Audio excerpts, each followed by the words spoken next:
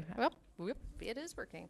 I'm going to call this meeting to order. It is 5:02.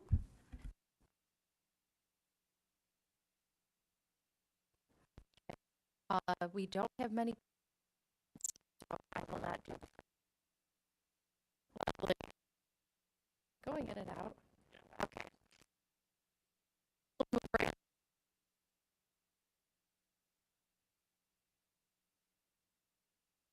Workshop meeting. Ah, No, that means we get to do summer all over again, right? yeah. So moved. Second. No. Why don't we do Start over. Oh, good idea.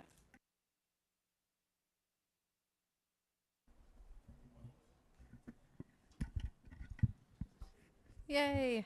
Thank you. Okay, so we have Nicole, I think, and then Lisa, right? All in favor? Aye. And we are missing one person, so 6-0. Sarah, are you good now? Okay. So up first, we have our workshop topics, and we are going to be talking about our K-8 facilities planning. Nothing new, right? I mean, it's the new year, but it's a very important topic, and I'm really excited. Welcome to the new school year, right? We're right there, right around the corner. I know we'll be having a business meeting right after this, so really excited and honored to be back. Year 10, thank you for giving me the opportunity to be here.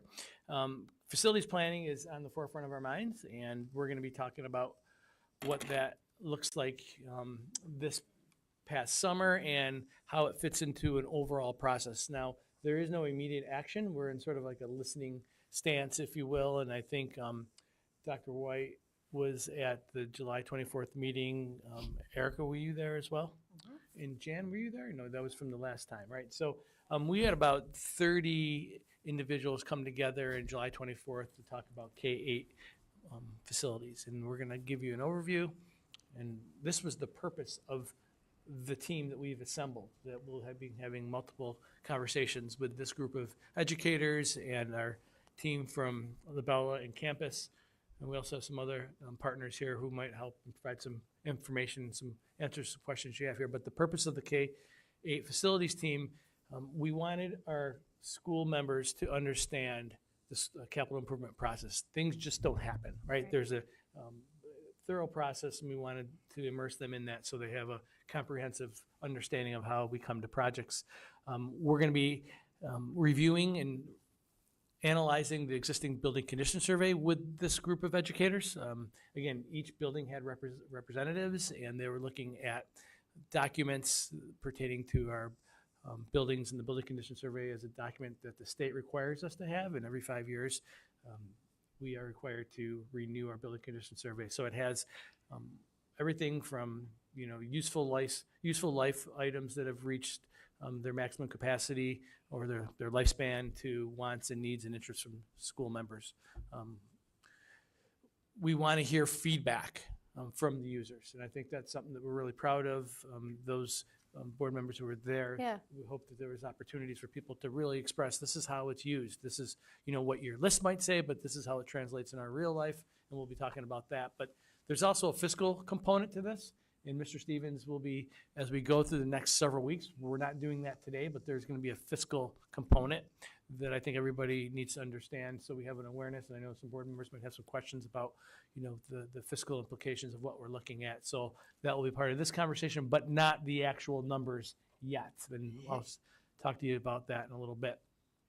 And I would say the folks that were here representing the schools, because there were representatives from just across every building that is impacted, and people from all different fields within those buildings, which I thought was amazing. And I tried to just listen. And I would say that everyone here was honest with their feedback and asked lots of really great questions. So I don't think people held back. I think, like you said, Brett, they were willing to share what works, what doesn't work, what they are frustrated with, and what they're hoping to achieve. So, and then from that, right, we're going to be categorizing some themes and talk about a potential scope. And the recommendation will come forth to me, and I'll be working with the board all along. So We have some board members who are part of the process, can see it up close, and then we'll be pretty much trying to parrot those experiences here in this environment. So when we look at this timeline, you can see that July 24th happened.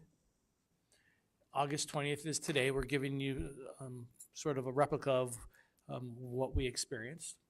By October 1st, we're going to have a fiscal report, and the board will get that in a weekly update. Mr. Stevens is going to be working with our fiscal advisors to make sure that he has some accurate numbers. Then by October 10th, we're going to have a second meeting, okay, with fiscal parameters, categorizing themes, and the scope of the CIP. Right, so it's going to start to take shape based upon the recommendations that we received from some of our school members to what's happening on the BCS to some themes that we think that we can package. And then again, coming here in October, can you believe we're talking about October, right? And that's going to come soon enough. The board will get updated, and then by November 1st, if we need another meeting, we'll have another meeting. Now, we're going to have an October 10th meeting, I believe. I think that's the Friday of conference day in October. I don't have the exact, is that October 10th? I'm sorry, Mr. Stevens, I don't need to put you on the spot like that. But it's going to be on the superintendent's conference day. So we'll have all of those participants there in school to do the second meeting, which will have the themes and the potential scope. And then if we need a November meeting, we will have that. And then by December 17th, I'm going to share our recommendation to the board. And then the board has several months to ask questions, to deliberate, have more conversations, to bring in more of our experts. So I just wanted you to sort of get a scope. We're going to be presenting this information to you. It's not like December you need to make a decision, but you'll have enough information, hopefully, to make an informed choice. And are we right now looking at a fall 2025 for putting out to the community for a vote? Is that kind of like our best case target with this timeline right now? That was what we were anticipating, but I think once Mr. Stevens gets information from fiscal advisors, so we can make sure that we're timing the debt and doing it in a responsible way. So you're going to have wiggle room on that, but that's our hope. Long answer, sorry. No, it's fine. Just confirm, it looks like the second meeting set for the 11th of October. That's the conference day, but right in that same. My buy date's off. Right in that same week, though. All right, thank you. Very close. Sorry, I didn't mean to put you on the spot. No, you hit the. But I was excited because we'll have, those players right at the table. So it's hard to get everyone together. Any questions on the timeline or what we're trying to accomplish? And I'm sure, a lot of us have been here for a while, so we've had many conversations, but just looking at where you said we're going to look at the needs for the elementary, middle schools, since we have done so many things here at the high school, so. Sorry, Brett, I did have a quick question because I was typing something else. But so are you looking to have this be something, you said February 2025, is that, are you hoping to have the vote on a capital improvement project be, or the seeker, what's the? I'd like to have the board make a decision, a proclamation, or if you will, just to sort of speak to the intentions, and that will direct our team to do all those next steps. So Okay. The vote right now would be fall, I think is the So keeping it where it's not in a May vote, keeping a separate, yeah, we're not thinking May.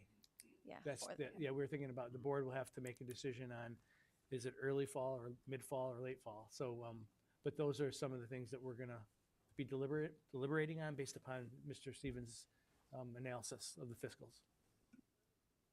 A decision point, hopefully, by February. Troy Williams is going to talk a little bit about our process and what we shared, and Mr. Stevens is going to jump in with that. They're going to tag team this, and I'll try not to be in the way. Perfect. Can you guys hear me okay? So on the 24th, like Brett said, we had a large group of administrators and staff here from the K through 8 buildings. A lot of good information was shared. We walked them through the process of how we approach capital projects. No matter the size, the process is always the same. It involves us reaching out to the end users and getting a lot of input and feedback as to what exactly they want to achieve out of an end product. The last thing we want at any project is for it to be completed when we think it's completed and someone comes back and says, it would have been nice if we had done X, Y, and Z. We want to hear all of that up front, no matter how small or insignificant it might seem. So We walk them through the process of the state mandated building condition survey, how throughout that process, we not only go around, take a look at things that we see that might need to get done, but also understand from them like what's most important to them.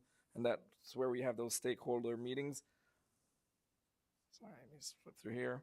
You know, at that point in time when we gather everything up, we sit together with our partners from campus construction, ME engineering, facilities, and we start to put together, you know, what could be probable costs for getting this work done outside of a project environment. So the dollar values that we put together at the building condition survey time, it is for individual pieces of work items to be done, and it's not actually packaged up as an actual project as yet. So a lot of times if you look at the dollar value that's in the BCS, it might seem like, you know, that's achievable, but when you actually put it out there to bid, it's something completely different. And that's just something that we need to kind of keep in mind here. See, Matt wants to jump in.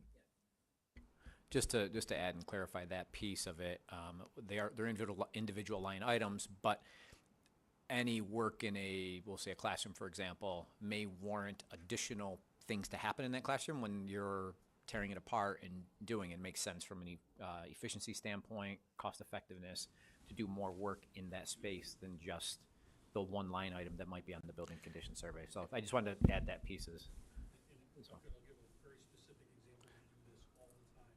We'll call out new ceilings in a space. We do not put the old fluorescent lights back into a brand new ceiling when we get it. Why would you take the time, right? But that adds cost.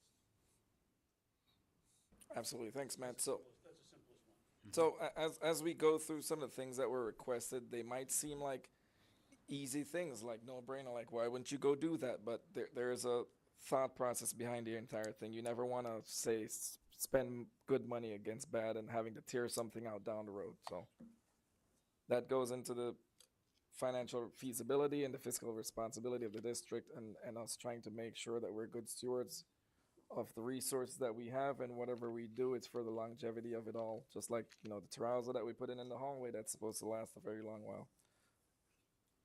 So, focus groups. Who's usually included? District administration, building principals, facilities department teachers, students, and in some cases, the community has an opportunity to give their feedback. Since 2020, which is the last time we did the building condition survey, there were common themes that born out of that we could see. And they, you know, we prioritize them way back from starting with safety and security items to code related, and then, you know, inherent needs of things that we saw versus what was requested, starting from like, you know, mass PA notification systems, energy efficient items, and, you know, just large spaces that needed to be brought up to modern standards, like the kitchen and cafeterias, classrooms, toilet rooms, the things that see the most students and the most wear and tear and the most use. As we move forward, we also wanted to kind of look back and reflect on a lot of the hard work that has been done and accomplished since 2015. I know it often feels like going through these older buildings that really, you know, there hasn't been a lot done, but, you know, just want to kind of reflect here.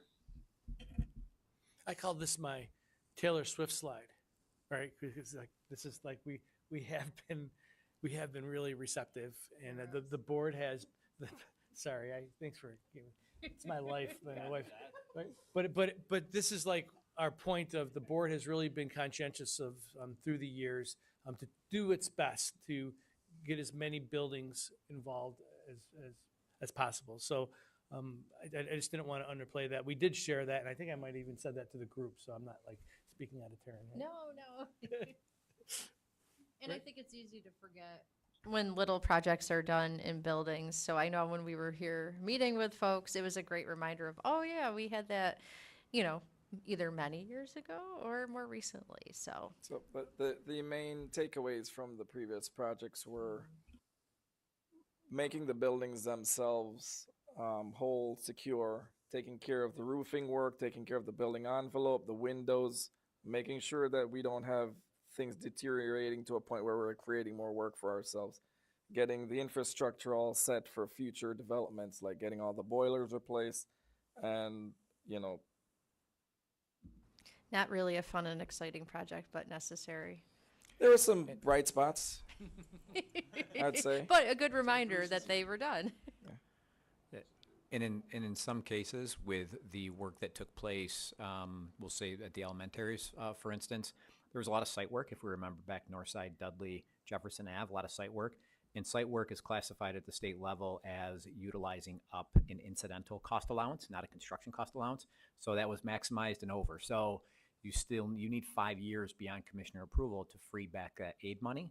So as it relates to project planning, that's one of the things that we take into consideration when planning for construction at buildings, because we want to try to maximize the state building aid as much as possible and have that available to us.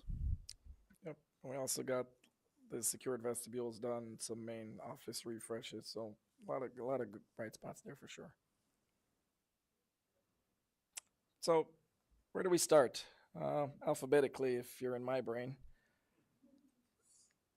What we've got here is a combination of what the team has gone out and taken a look at. You can see under the visual inspection line, each building will be formatted the same way.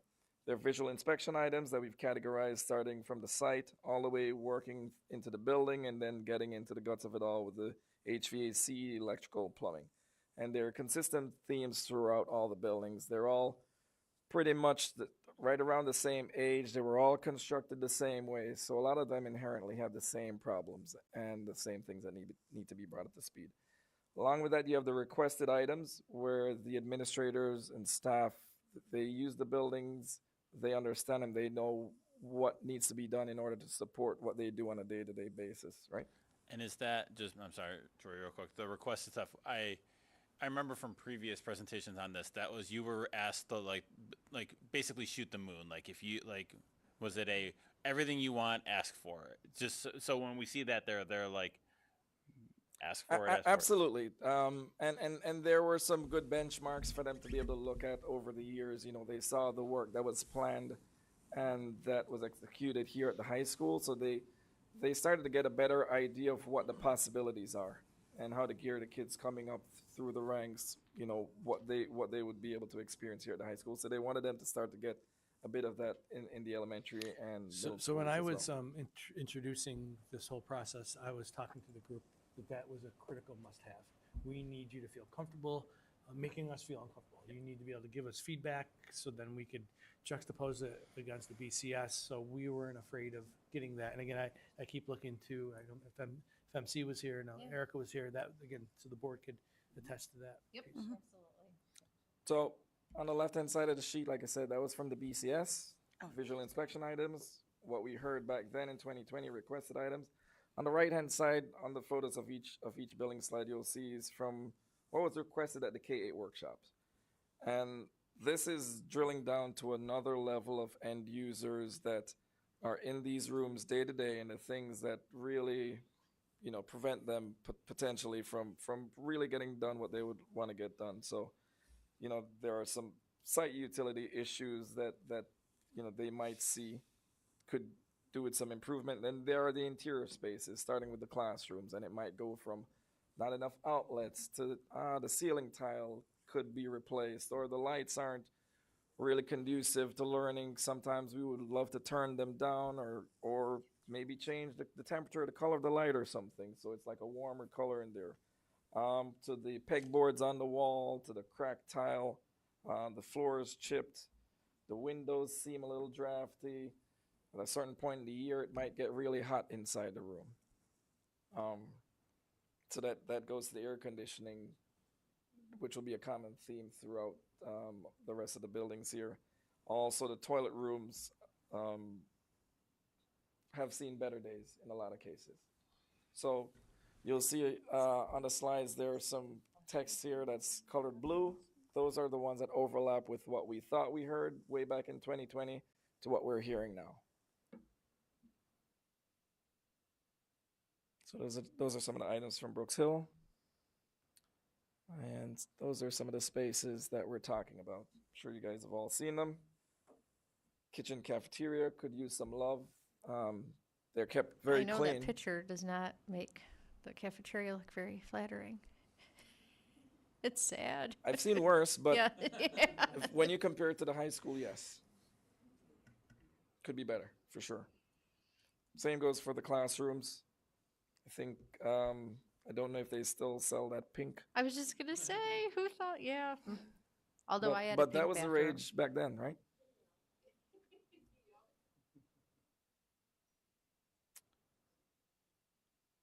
On to Dudley. And we can see the visual inspection items pretty much aligned the same way. Same goes for what was requested back then. Wanting to improve the finishes throughout the building.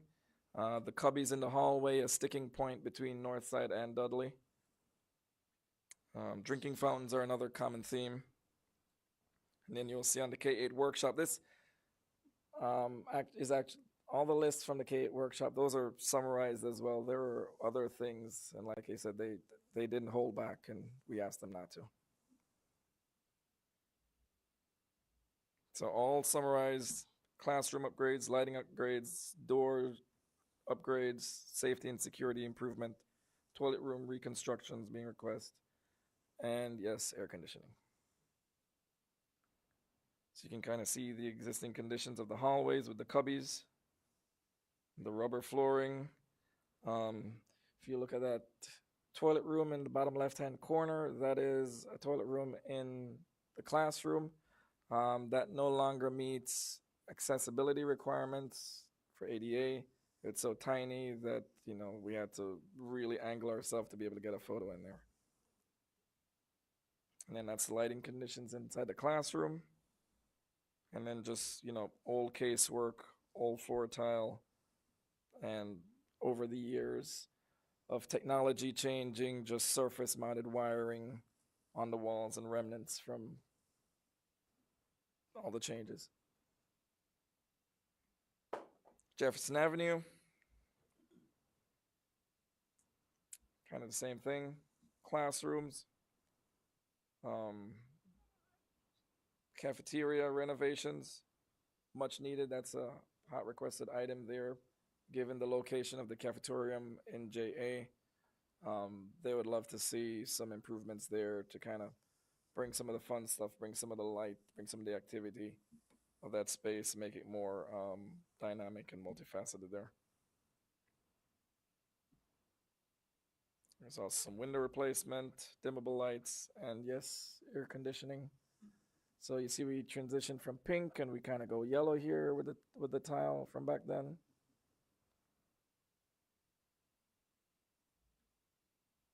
So these were the themes that our users were saying. Yep.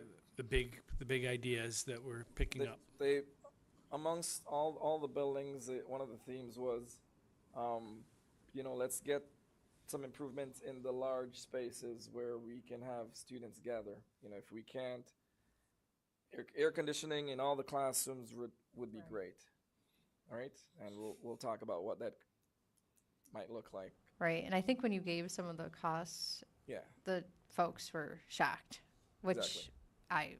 is imaginable. But yeah, like you said, they were like, well, if we can't have it everywhere, where would be spaces? So like, what would The these gym, spaces look right. like? Like So that you could have- gymnasium, yep, perfect. cafeteria, libraries, large group instruction spaces that you can get the best bang for your buck. On a really hot day, as opposed to shutting down, you just You could have Move a ton of flexible kids in there. spacing as well, yeah, and groups in and out if possible. Is there a reason that we can't have window AC units? Like I have friends who teach at other districts that say that's what they do. So I'll answer a little bit, and then Aaron can add anything more if I miss it. But ultimately, it will defeat the purpose of our energy management system. Nothing will be connected in that fashion. When we put split units in, we try to see if we can manage those as best as possible on our energy management system. That's a major piece of it in terms of the loud, efficiencies, and efficient. then you're talking long-term equipment installation. All those pieces will just weigh into a long-term. So then you're talking about a cost efficiency and management piece as well. So if it comes to the choices being like, we have to send kids home from school versus our energy is less efficient, like how do we as we get those really hot days. I want to add a little more to what Matt was saying. So, window air conditioning units. Most window air conditioning units aren't sized for classroom. I mean, classroom is anywhere from 700 to 1,200 square feet, right? That's so. Right. So a 3-ton unit, Bruce can talk more to that capacity. Whereas most window air conditioning units are good for 300 to 500 square feet. So you're running them. You are getting a bit of a cooling effect, but it's not efficient, and they're loud, and they run them 24 hours a day. Not to mention now instead of 3 pieces of air conditioning equipment that maintenance staff have to maintain, now you have 1 for every classroom. That'd be 600, right? So it grows exponentially. You just don't see it up front. Again, cleaning them, maintaining them. Something that goes unrealized most of the time is the structural stress that those cause on their windows, right? You know, a $700 air conditioning unit will cost you a $4,000 window in our commercial windows because they're not designed to carry that 75, 80 pounds hanging out of them on a regular basis. We're constantly getting complaints of insect infestation because they're not sealed real well. I mean, I could continue to go on. So I think on. that's the essential question. Right. Lisa, I think that's where we're going to try to find the sweet spot. And I know Bruce is here. I don't know if it's appropriate, Matt, to talk a little bit about air conditioning because that seems to be a natural part of this conversation. Do you? Well, and especially just kind of to set the table, there's the state law coming down that is probably going to, I think of the wording, lead to heat days. If temperatures are too hot in classrooms, then schools you can't use the rooms or schools have to shut down. I don't think that's signed yet. I think that's still somewhere. Hasn't been signed yet, but that's coming. So I think that's fueling a lot of our conversation about Well, it. and so, sorry we to can add it to our advocacy list as well, because if those are yeah, I know. So, along with busing, electric buses, the air conditioning as well, because there's no way every school district in the state is going to be able to get full air conditioning across their buildings. Bruce, did you want to speak a little bit? I think as part of this master planning for the next project, we've already had some of my engineers map out what areas have air conditioning, what areas do not. And as part of this project, we're going to be looking into what's the best way to add air conditioning. I think the first step is the large group instruction rooms, cafeterias, gyms, libraries. A lot of the libraries already have air conditioning, but if you do have a high heat, move the kids into those spaces. Secondly, going into like building-wide air conditioning, I'll tell you right now, it's a big hit on your electric consumption. From what I've seen, it doubles it. So, get ready. Granted, you're on Fairport Electric.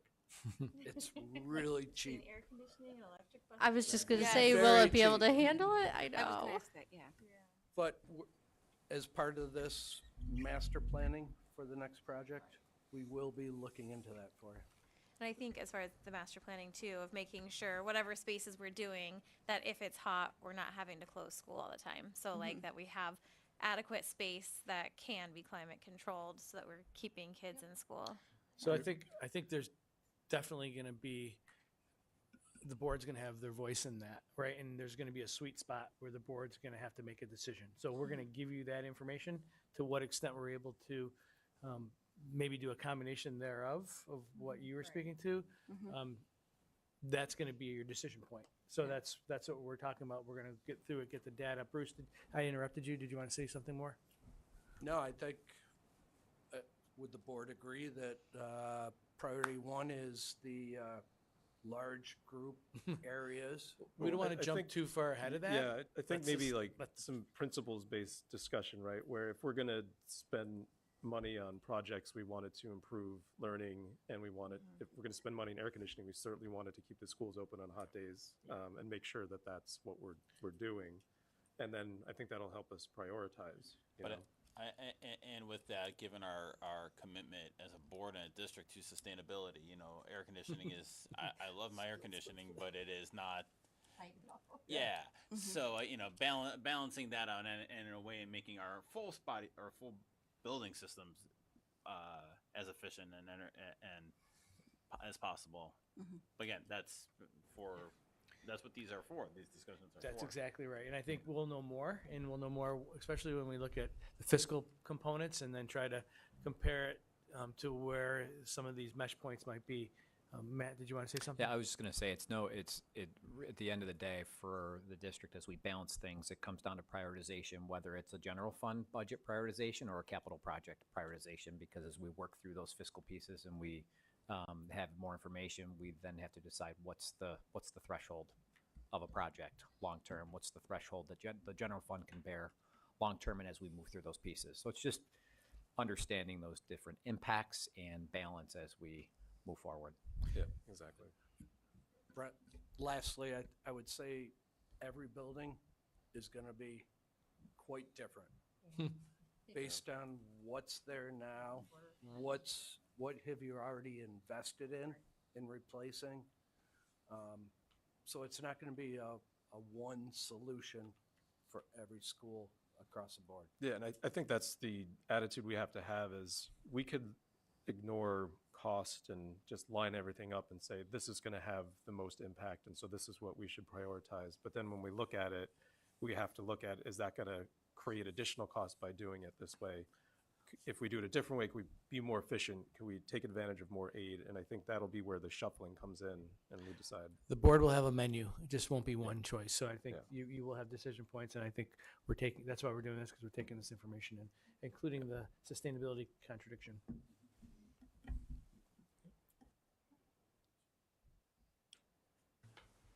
Excellent. Thanks, Bruce.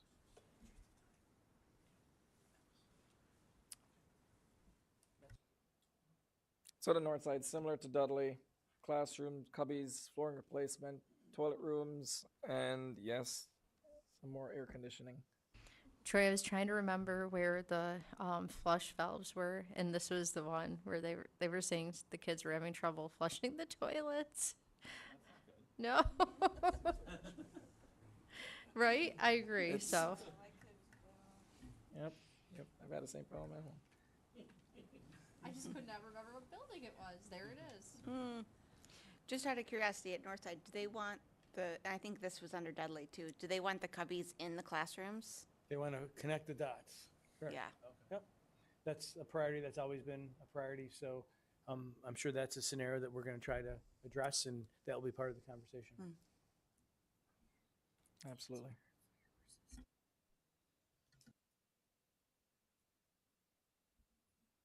On to the middle schools, JP. Even from way back then, just due to the age of a lot of the equipment, we've got HVAC equipment that needs to be replaced.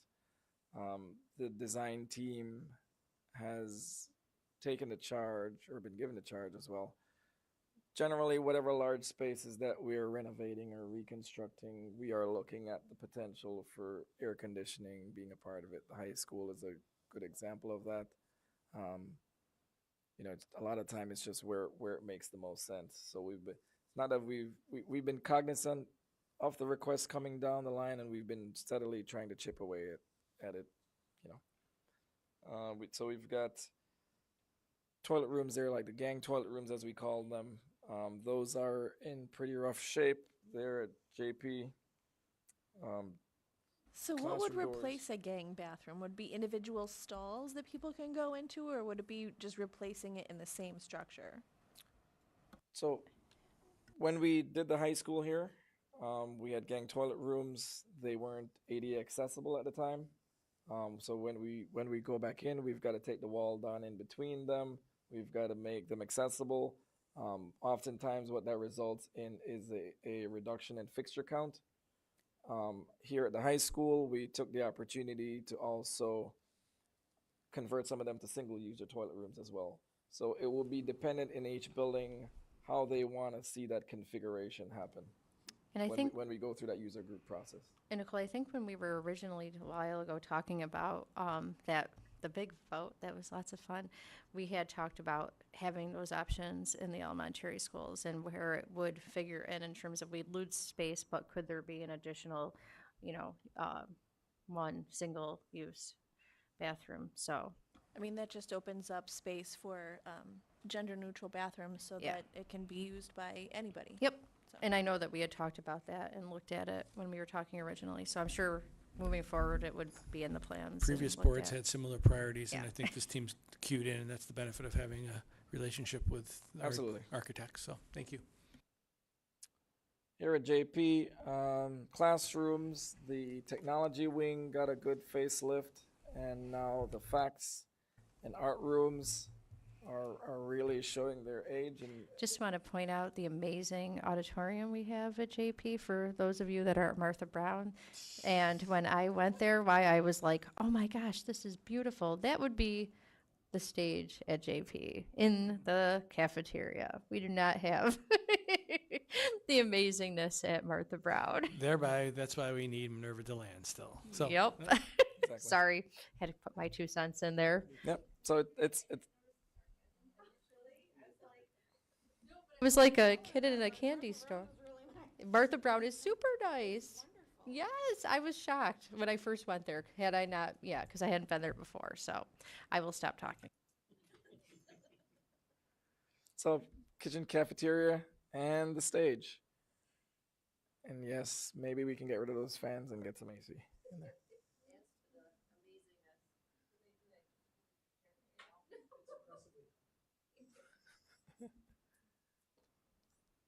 Then Martha Brown. Request here to redesign the bus loop. So maybe some site work is in order out there. We would have to do a full study and an evaluation to see what that looks like. They're similar to what we had to do at Northside Dudley potentially, and then make it better. Kitchen and cafeteria renovation, toilet room reconstruction. We started some of that in the 2019 project, and the request there is to keep it going. Air conditioning updates, flooring and finishes, standardization, and as you look at the juxtaposition between the science classrooms that have been completed and the other classrooms, you can kind of see the disparity there. Here we have a view of the current serving line down in the bottom right-hand corner. I think the request there is for maybe some toned down colors and finishes to kind of calm down the lunchtime.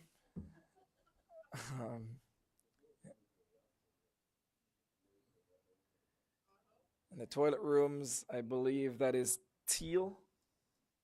Maybe, I don't know. Seafoam green, maybe. There you go. Aaron's got it. and that was then- jamming in the 70s. Yep.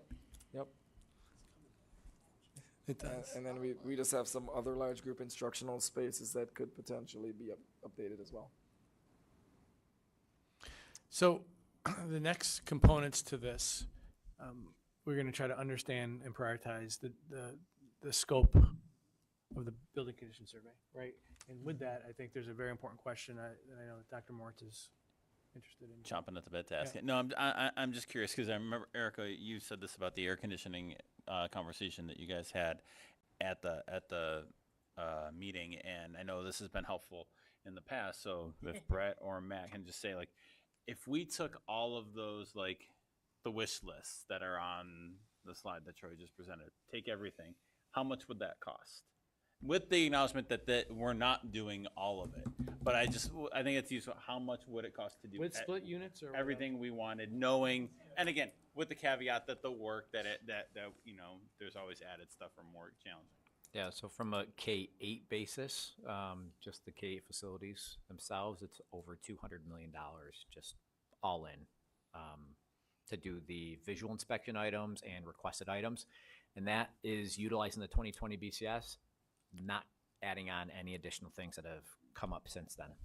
So, and escalation, because the work itself still would have to be escalated out even further in terms of construction costs, and we've seen a rise in construction costs as of late. So that's a good. I think a good reminder why this process, why we go through and we're prioritizing and we're meeting and talking it through with our stakeholders to like what to make sure we're doing this in a responsible way, in a way that fulfills, makes our buildings what they need to be and gives our educators what they need, but also being responsible and not just doing it all.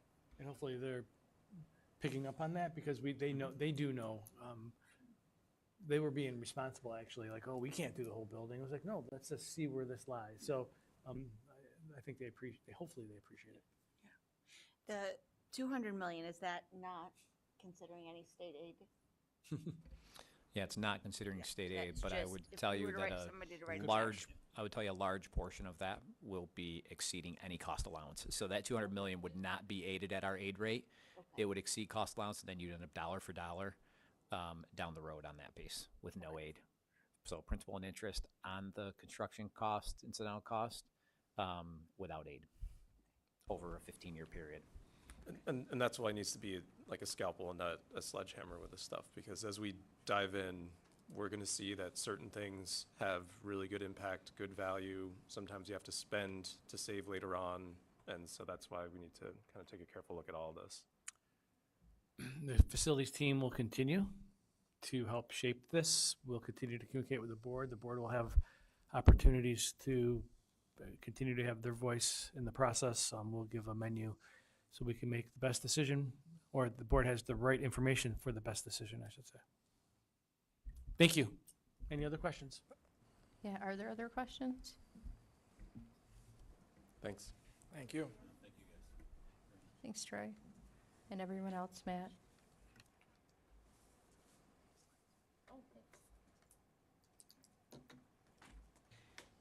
Okay, so up next for our workshop topics, we have aligning start times to research, which I know we've had discussion in the past, but I think we're going to get some updates on the start time.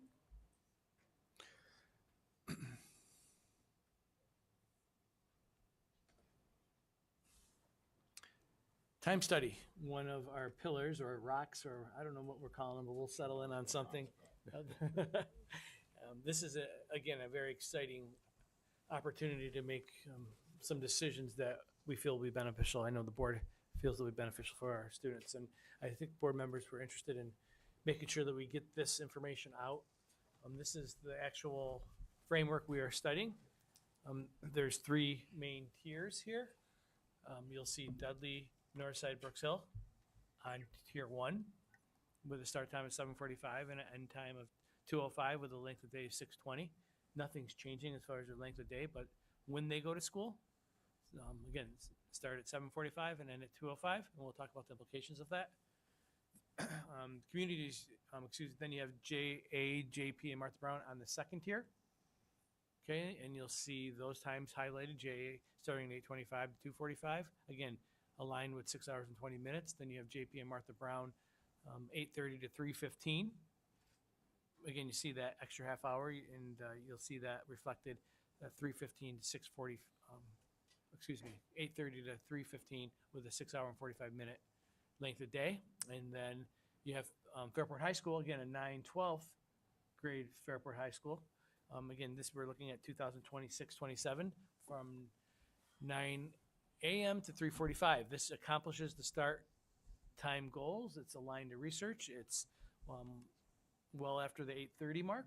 It allows us to safely, and again, I'm emphasizing the word safely, transport our students, which we're responsible to do, and maximizing after-school transportation opportunities. So nothing's going to be compromised as far as our programming goes, as far as getting kids to and from activities from our program. And then this will give us opportunity to have some flexibility, much needed flexibility with reliance on contract transportation. So we see ourselves hopefully being able to eliminate contract transportation, which is a cost to the district, and allows for daily substitute. As you probably know, there's ebb and flows of people needing to fill in, et cetera. So we felt that this was the best option.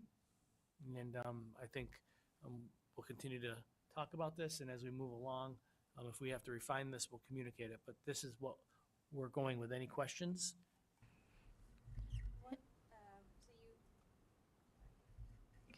You were able to speak with Webster recently. Do you want questions about that now or questions about that? Yeah, we talked to neighboring districts, and we're going to jump right into that, and you can ask your questions. Okay, and with the grid that you showed of the start times, what would be projected as the earliest bus pickup time? Like how early, with the kids starting at 7:45? So again, this is ish at this point. And Matt, you can correct me, but we were saying there might be a couple runs, not a lot, starting at 6:55. Okay. Okay. Not, I don't have the exact number, but there were going to be some. There were going to be a couple, and Yeah. that was what he used. It wasn't like, oh, there's going to be 15 runs No. running early. It was. Yeah, sounds about right. Off the top of my head, I can't remember, but it was, I think Chris had talked about it when he presented the time study information at a previous workshop. Okay, and so that still stays. For some reason, 3 is in my head, but I have no idea why. The word "some" is in my head, so I'm trying to figure out, like, quantify. And Lisa, great question. I think what Brett's going to talk about in the other slides coming up, though, are partially from their discussions with other schools that are looking to, or already have, or are looking to do the change in terms of time. We are super lucky here, and I talked to Rich a little bit about it, that we are not trying to do this next year, right, Brett? Correct. That we actually have 2 years, so that a lot of those kind of hanging questions that we might not have answers to immediately, we can do our best and And go ahead. No. And just because I know we had talked about this when we looked at previous grids, the different options, and along with the community being used to the 3-tiered structure, this also helps us on the bus routes, right? Because if we had done all the elementary schools early, that would have potentially led to more bus routes and having to hire more drivers, and this kind of helps us fix that. Okay, But we're able to take advantage of the consolidation and declining enrollment, and it's sort of like a perfect scenario for once it all lined up. But I think there was a question about, I forgot what it was, but it was relevant, and it's a theme that's going to continue to come up, but it will come to me. I apologize, but it was relevant. Did you have a question, Lisa, about? I mean, I have other questions, Okay. but I'm going to wait till you go through your information, and then we'll the see two what year comes up. the 2 year piece, the 2 year buffer that we have here, right? That's big. Neighboring districts, the neighboring district that we communicated with was speaking about that was something that they feel is a benefit to us. And if there was a way for them to turn back time, they would have been able to do that, but their circumstances were different. So we're in the right spot as far as timeline goes. That will be a recurring theme. And they're seeing improved attendance. It's just exactly what the research says. Increased eligibility for extracurricular activities and athletics, benefits that support the medical research. It's still early, but they're continuing to making sure that their students' mental health is at the forefront. Students report, I believe, consistently with what the research says, but they haven't been able to really formalize that yet because of the pandemic, and they're just getting going themselves. Light and traffic issues, that was something that we were not I didn't think of anticipating, and if you think about it, that's because we're getting the adults and the kids who are driving off the street at the same time, so because they're leaving earlier. So can we toss in questions as we come? that's Okay. absolutely. I know, Lisa. I know you've got a lot. You always have a lot, but. I'm just keeping Yeah, okay. No, I guess with the benefits to students, I know you're still waiting on research, and if this comes later, that's fine. But how are the students feeling about it? Like, did you or did someone else talk to the students at the high school level? And like, how are they dealing with it? How do At they that like it? particular high school, no, we did not. We Okay. did not communicate with them. We were just talking with the administrative team. I just don't have that access. Yep. I have anecdotal information from a nephew. Okay. But I don't think that's what you're asking for. And quick clarification, so improved attendance, increased eligibility for athletics and extracurriculars, and then the benefits, is that specifically related to the students who move to the later start times, or is that broadly including? This is younger to the students, thank you. This is to the students for the secondary students, correct. Okay. Yep. Okay.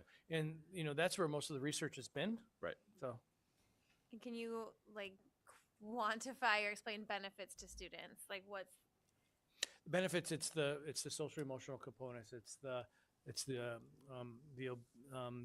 health and wellness components, childhood obesity, giving students the opportunity to experience more sleep and be more rested.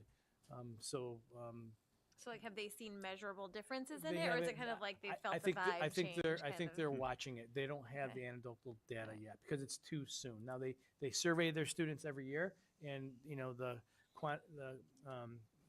data's coming back as, hey, this is a positive change, right? But they're not ready to say, oh my gosh, this is what's happening. Yeah. But it's They been should positive. get a data dashboard. And then There they you be able go. to track There you go. it. There you go. KPI. I love it. Which is tricky because it's their data too. Yes. So we can't, But we're watching it, and I know that they do make their data available. Yeah. On that's their kind public of them. website, so- Okay, yeah, I was just gonna say, because I know we can't necessarily. Yeah. And I think the experts, back to this, I agree with you, Rich, that we need to make sure that this is aligned to research, not what we think and feel and wonder. And the experts that we came, which we're going to be posting our podcast that we did for that, a roundtable with our health professionals, they're passionate about the research. So it's not like Fairport's research, it's what the medical professional and the behavior specialists at URMC believe are grounded in research. So we're sort of leaning on that research. We're not a lot of districts have it locally to draw upon. So. Right. Pressure points, they call them. Arrival and release times to meet community expectations and contractual agreements. Right, we have collective bargaining units. We got to make sure that we're working within them. We need to make sure that the community, again, is aware, and we try to do our best to meet their needs around wraparound care, after-school activities for them, like, at your local dance studio, right? So there's all sorts of different variables that will naturally come about and will impact them. And that's a pressure point. When you're looking at wraparound care, and if we're going to be doing wraparound care, that may impact some local businesses, just putting it out there, right? The implications for extracurriculars, like we know that we're keeping staff later, secondary staff who have rhythm and flow and impacts on their life too. So these are things that they all experience too, but they said that they still have extracurricular activities. Now, sometimes it gets shifted at different times, and sometimes it's after school. And I think that's something that we need to continue to talk about, because if we're trying to do clubs, but when we're doing it in the morning, is that a family decision, right? And so I think that's where we're going to have to understand and try to flex to community's expectations, parents' expectations, students, what And they're willing to do, staff in and terms staff. of what they're available to do. And I think when the neighboring district went out, they said immediately they weren't going to have stuff in the morning, but that has shifted. So again, glad we have 2 years to kind of work with staff, parents. So you're saying Webster's doing some clubs and extracurriculars in the morning before school starts? Is I that what I you're can't saying? give specifics on that, but Yeah. I was told that, they're flexing sometimes to meet the needs of the students in the community. So this would be like a situation where when the secondary students were going earlier and finishing earlier and maybe would do a club before a sport, well, now the sport has to start right after school. And so They'll have to make decisions. you have to decide, are we going to offer some extracurriculars in the morning? And then you think about it and it's like, okay, well, now they're just back to getting up early, but at least that's an individual choice. Yeah. So another thing is, and this isn't the standard, but sometimes, you don't want to practice till 10:30, 11 o'clock because you shifted. So, Yeah. so are you practicing at 7:30 to 8:30? So you're making family decisions.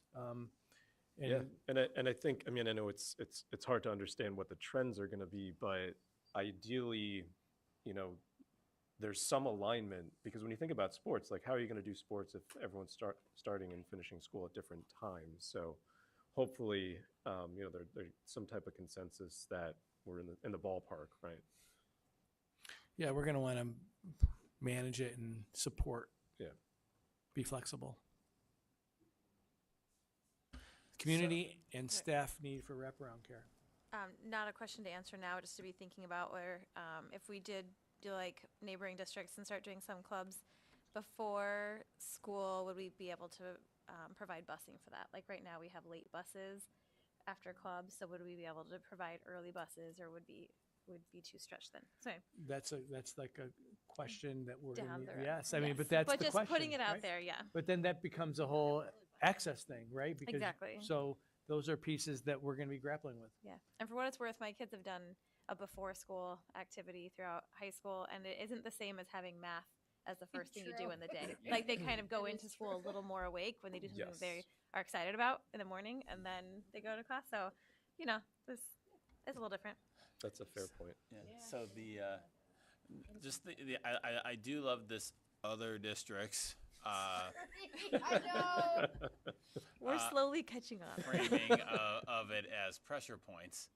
I guess my wonder on that is this something that like what does that mean?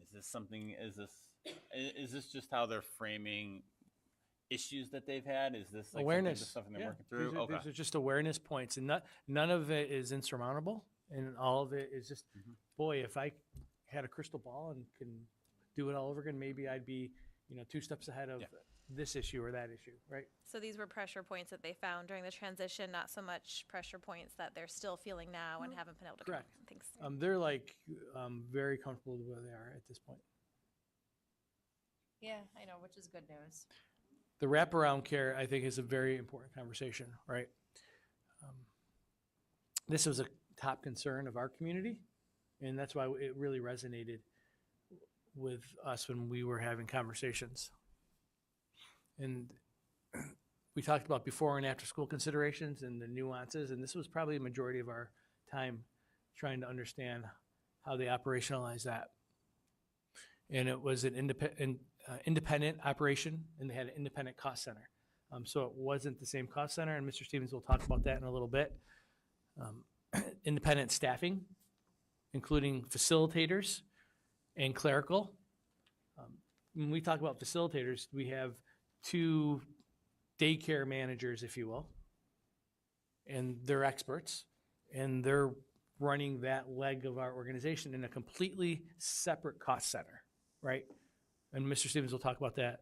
We're going to need clerical to help process the amount of workflow that will be solely dedicated to wraparound care.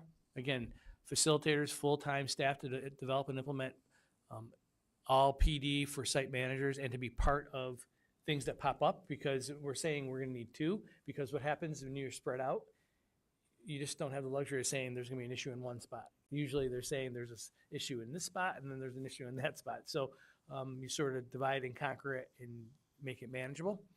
Hiring all the staff, the attendants handled through the wraparound care facilitators.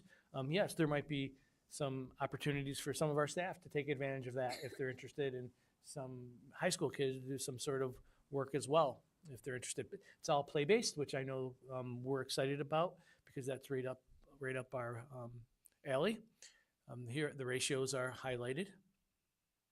And they do operate independent of superintendent conference days and school holidays, half days, emergency closures. So that's different. So if we're on a conference day, they're still having the wraparound care, right? And that does impact, district spaces. Like, that's going to be like, whoa, I thought I can use my classroom on the conference day, but I can't because we have the wraparound care there. I mean, so there's some independence that, again, who would have known that unless you experienced it? But we were fortunate enough to hear that. Any questions? And don't be afraid to jump in. Again, there's the district facilities, gyms, cafeterias, classrooms. We need to make sure that we can nourish students. There'll be opportunities for additional income for school staff. I'm repeating that. And some of our secondary students, graduate students as well. Partnerships with other local universities or colleges. And the community expectation, anticipated lower cost than private childcare. That's what we're, based upon some initial conversations that we had, we anticipate it to be more cost effective for a family member. We can do it cheaper. Flexible fee schedules, including provision for siblings, drop-in drop-ins, vacations, and special circumstances. So there's a lot of flexibility that are conducive to our schedule and family schedule.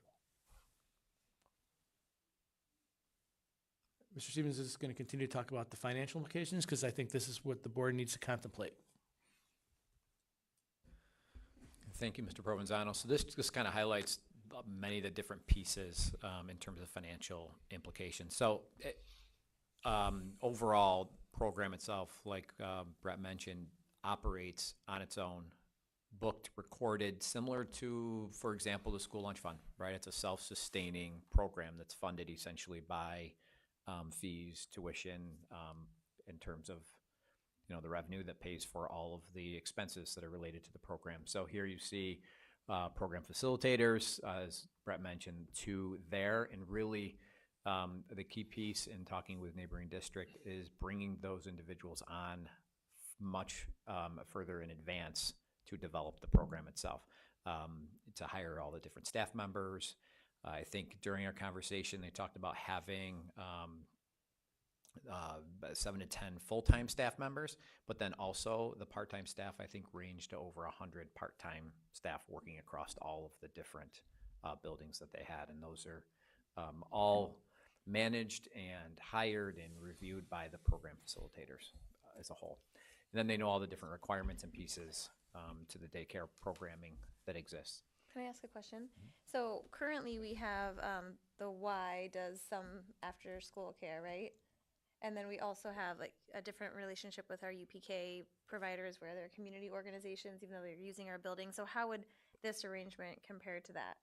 It is either of those? 100% separate from either one of those. The impact could be talking about our current facility use in any programs using our facilities, as I think was kind of on a previous slide talking about it could change what we need to use our own facility for if we're operating the program So, ourselves. for example, there's basketball practice at Brooks Hill. It's a beautiful gym. Not if we're doing wraparound care, right? So that will impact programming in other ways that we weren't thinking of. So is there a reason to do it that way versus putting out a request for proposals like we do for UPK and having an outside organization run it in our building rather than hiring all these extra staff? It's about cost effectiveness. Well, so when we said, so with UPK, when they talked about the classrooms that we might someday host ourselves, it was going to be twice the cost of the community programs that we're doing. So why is this one going to be less expensive for us to run? Because, I mean, the costs of us doing it, because we have the facility, right? We have the resources on site, and it's not a whole additional cost center. We don't have, I don't believe the insurance pieces, if you're an independent proprietor. We could develop this further. We're just sharing the experiences that it wasn't even a conversation. Yeah, I'm just curious. I could because develop it because more. UPK was so different. I could where it develop was it so more. much cheaper. The piece of this, from what we received from feedback, was that the district was able to offer lower costs to the families that are paying for the wraparound care. So that would obviously be a piece of any review that we'd go through this process, but that's the feedback we received during our meeting. Yeah, I'd just be curious looking into that. We have this great rec center and just, because with UPK, we found that it was cheaper to have outside organizations. Yeah, do it, and they might not have the level of partnership or the accessibility or the feasibility to go to Parrington Rec or the village. So those are pieces that we need to continue to develop, because I would love to be a partner with our partners, if you will. And but that's why getting on this early and developing those, because we want to do it at the best possible way for our community and our Yeah, I families. agree, like getting it out there as Yeah. soon as possible Yeah. to see what the options are, but not deciding too quickly as far as like who would be running it, just, seeing what the options are. Well, but if we can. so that's part of this conversation, though, and I think that's what we're going to be asking in a little bit. There is levels of urgency, for lack of the right word, because this is a completely different pillar. In essence, I guess in framing the structure and how it's different is that if it's our program and we're running it, we're paying the staff, right? Yes, it's coded in a whole separate fund. If it's an outside agency running it, technically the families should be paying the outside agency directly, and we should be billing facility use fees in that fashion. So it's a little different of a setup should it be our program versus an outside group running a wrap program.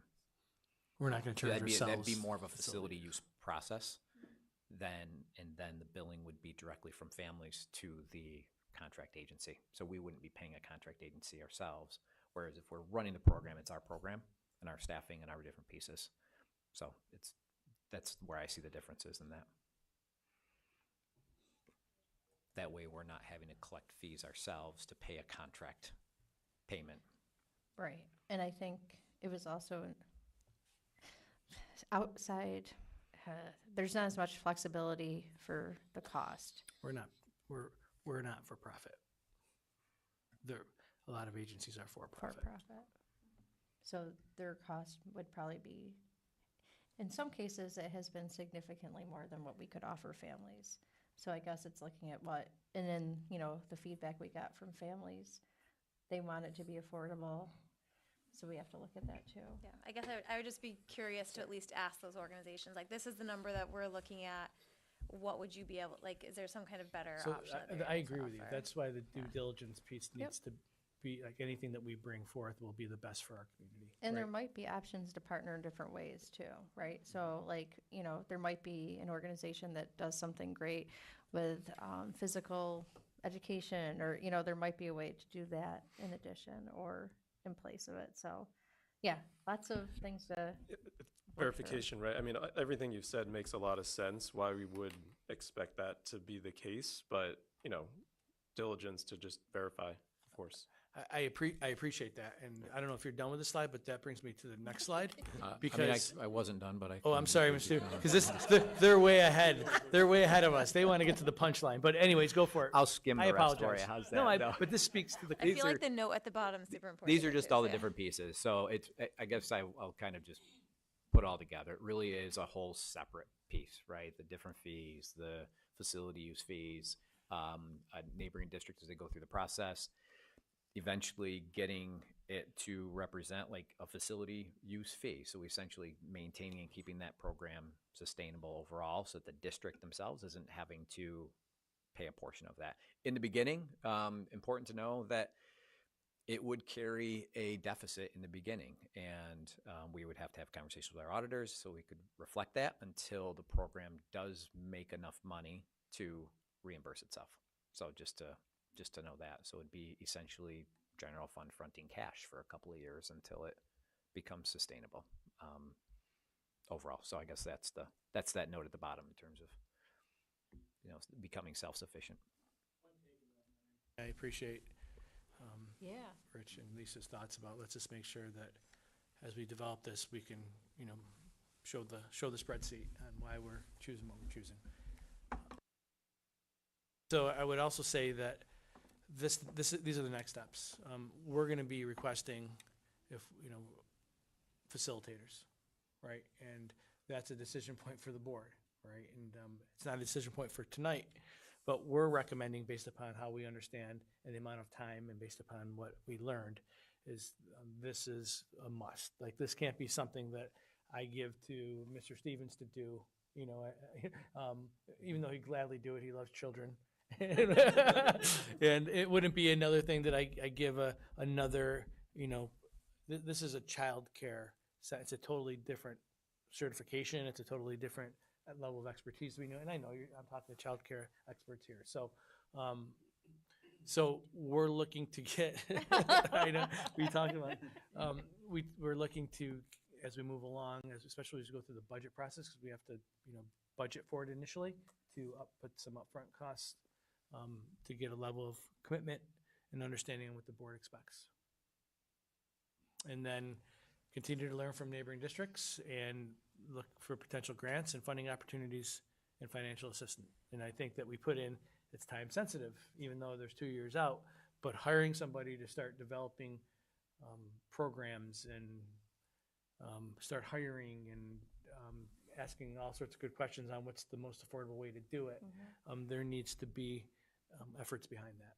This would just be for our wraparound care. This is not for our UPK. Right.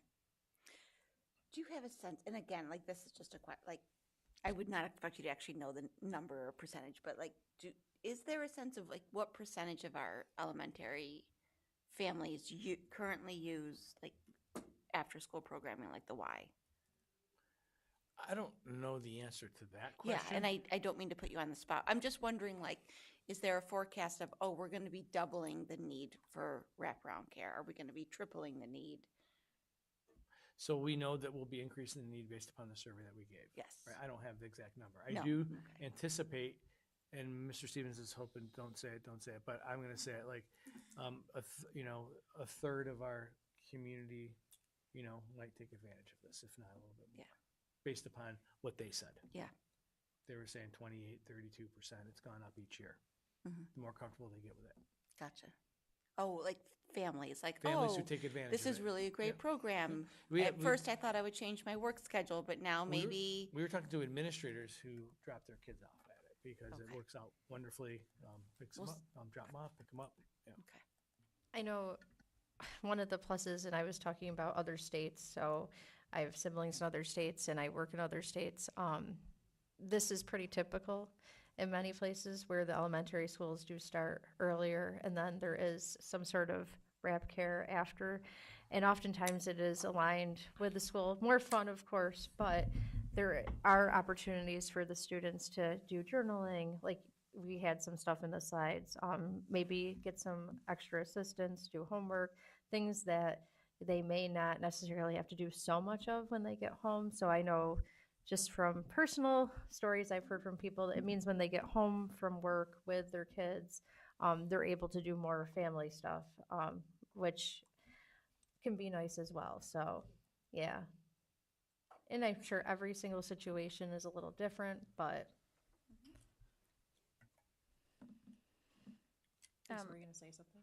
I mean, I still have a few things Love left it. on No, the list. Yeah. We have time. So, This is why we're here. So you mentioned the facilitator being just for the wraparound care and not for UPK, but it does make me wonder as we expand our UPK program and we're looking for who is going to be, helping to facilitate that. Is there a possibility for there to be some overlap in those? Because I think it is, some similar. I'm looking at Yep. Matt. Unfortunately, no, because it's school age, and that's the important piece of it. So the rep care has to remain school age as a district when managing that Well, piece. so And not for- UPK is not. Not for having that UPK kindergarten. kids in it, but for the facilitator who's like right now, is it Tanya or Lisa Benson who's overseeing UPK and working with the contract? So potentially a facilitator might be able to. So have in multiple talking roles to there. and talking to the neighboring district, you're operating on two different timeframes. So you're talking before and after school versus right in the middle of a school day. So they really recommended maintaining separate communications. They have their own phone assigned to them. They don't call the main offices. They're direct communication from families directly to the directors and the program coordinators. So it just was too much outside of the school day for it to be added on to anybody that's a during the school day piece from what they had talked to us about. And different regs, all sorts of different pieces there from UPK. Because we asked that question. We did talk about that. Yeah. That was my question, actually. And then also, so the high school start time being at 9, I know we had kind of hoped that maybe you'd be able to be a little bit earlier, but then we're looking at all the busing and we don't want to push the elementary kids too early. Neighboring districts, what time is their high school getting out? 3:30, 3:25, Okay, I believe. so we would be I talked now to. like the latest district in the county. Wow, well, that's good. Again, Okay. good question. That's a fair question. I feel very uncomfortable with that. I was talking to a colleague or two, and they're in the same boat that we are in, and I think you're going to start seeing more people have this conversation because the time frame is the time frame. Now, we don't want to shorten the day, right? So that's our only option, and I don't think every contract, every school day is completely different. I would recommend that the after-school activities piece, it's going to work okay for our sports because we're not starting till later. And every athletic director around the table, I sit on the county's athletic directors, and they're like, "Yeah, it's not a problem. Middle school principals are going to love you because they're getting rid of after-school study hall. Like there's that time period, and even your high school because there's less of a layover and." When there's gaps in the day, things happen, right? So, but I agree with you. I am going to be like asking Mr. Kidd and his team, let's see if we could tweak it. Let's see if we could do 7, I'm started at 8:55, 8:50. So that's again the It 2 was just years. late, yeah. And Mr. Stevens, I think he knows that I do this He probably. does, he's shaking his Right head. here, but right? I would say. the There's an same email thing. out there already.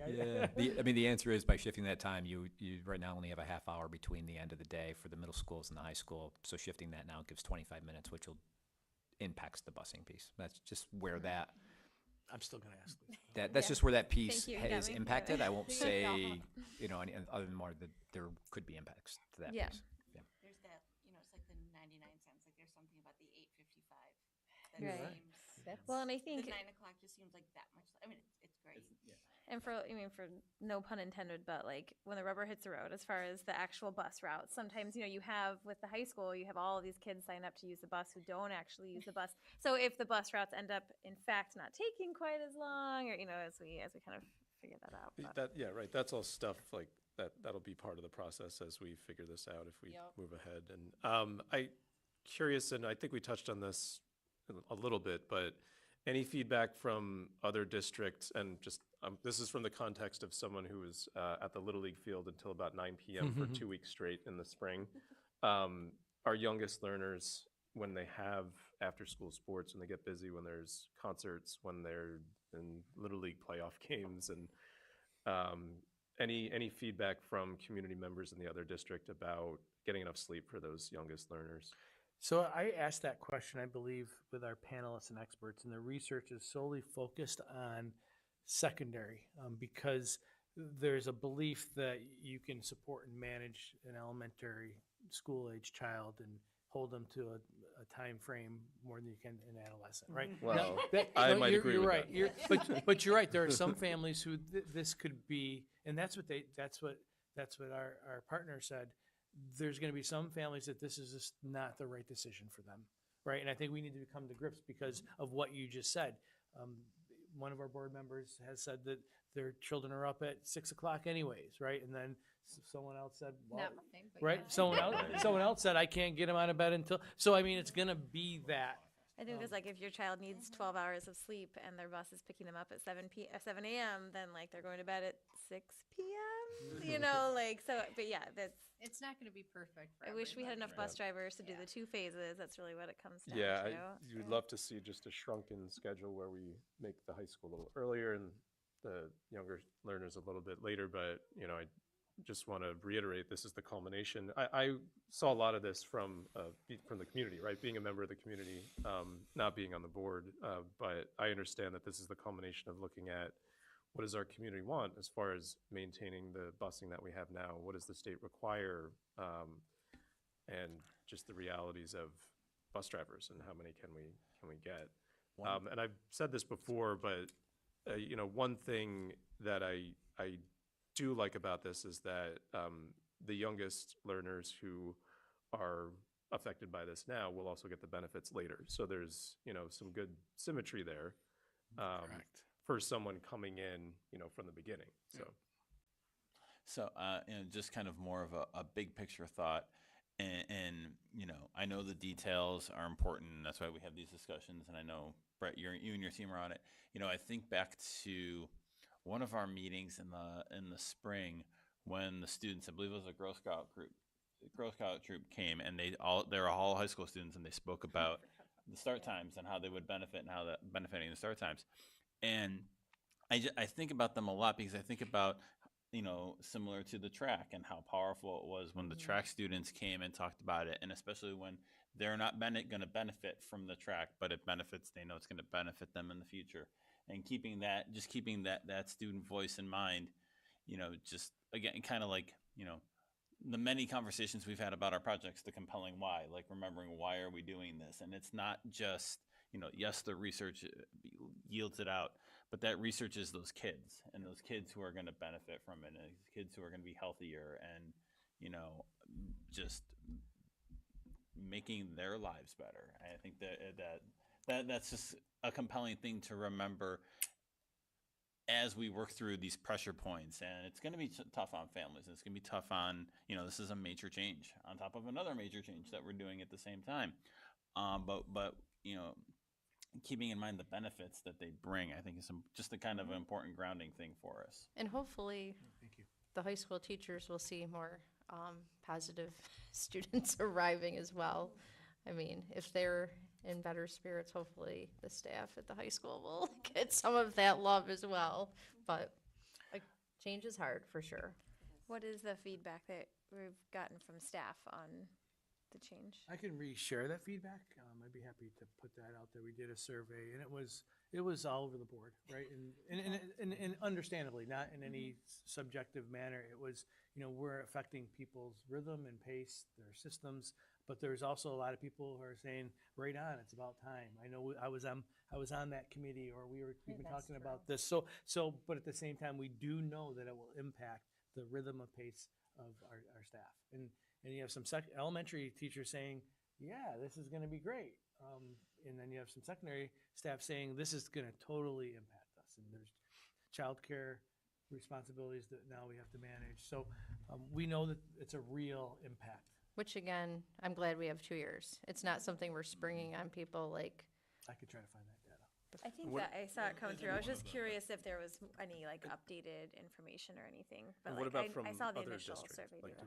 do we get, I know we don't have access to their data, but did we get kind of observations from the other district's administration about how their staff has adjusted to it and any lessons learned? I did not get into the nuances of that Okay, because that I might be think I think it'd be. I could tell you what it's going to be. It's Okay. going to be nuanced, Yeah. right? And That makes sense. and that's why I said in the beginning, if we're trying to like raise our hand and say who likes it, who doesn't, this was more about like this is what the research said. This is what we want to do. What's best.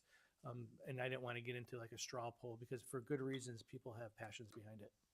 Absolutely, yeah. It's just important to continue to remember that. When you're at Wegmans, be ready. Welcome to the board. Penfield, Wegmans.